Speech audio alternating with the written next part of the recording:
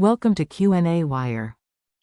Hello students, in this question, in first question, this question given as a mass of the block is 3 kilogram, which is moving with the velocity 4 meter per second, that is the initial velocity, and it cover 8 meter distance and becomes stop. That means final velocity is equal to 0 meter per second due to the friction.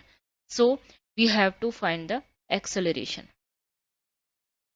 Now we know that the equation of linear equations, so v square is equal to u square plus 2a, so v is equal to 0 and u is equal to 4 square plus 2 into a into s is equals to 8 meter.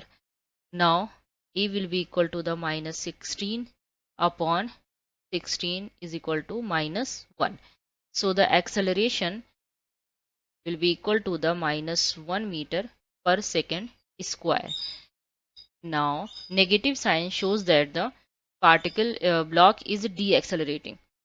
So the deceleration will be equal to the minus 1 meter per second square. Hope you find the video useful. Thank you.